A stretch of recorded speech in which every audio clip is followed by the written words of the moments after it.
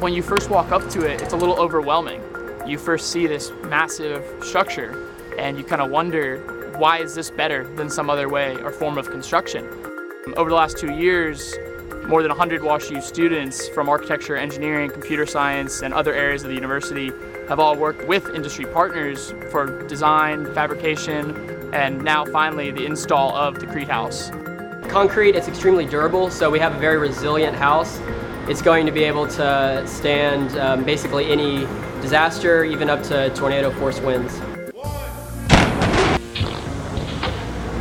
It has a high thermal mass, which means it's going to hold heat longer, and it's going to give off that heat at night. It has to do with natural ventilation and giving off heat more sustainably rather than using traditional HVAC systems. We were able to build our house from having site prep complete, gravel compacted, all the way to the finish of the gutters in 5 construction days.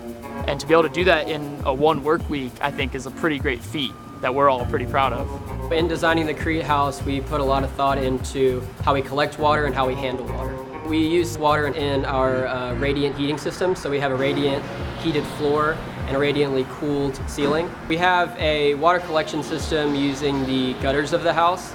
The gutters help make a more interesting exterior space, but it also helps collect rainwater for a vertical hydroponic garden system. Once the Crete House is running, we think that the garden will help feed the inhabitants for most of the year.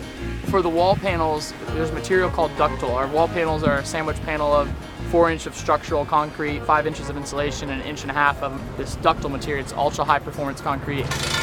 This material is, I think, 6 times stronger than typical structural concrete. We also took into account in the steel connections seismic forces, so that this house will not only be able to withstand tornadoes and hurricanes, but also earthquakes.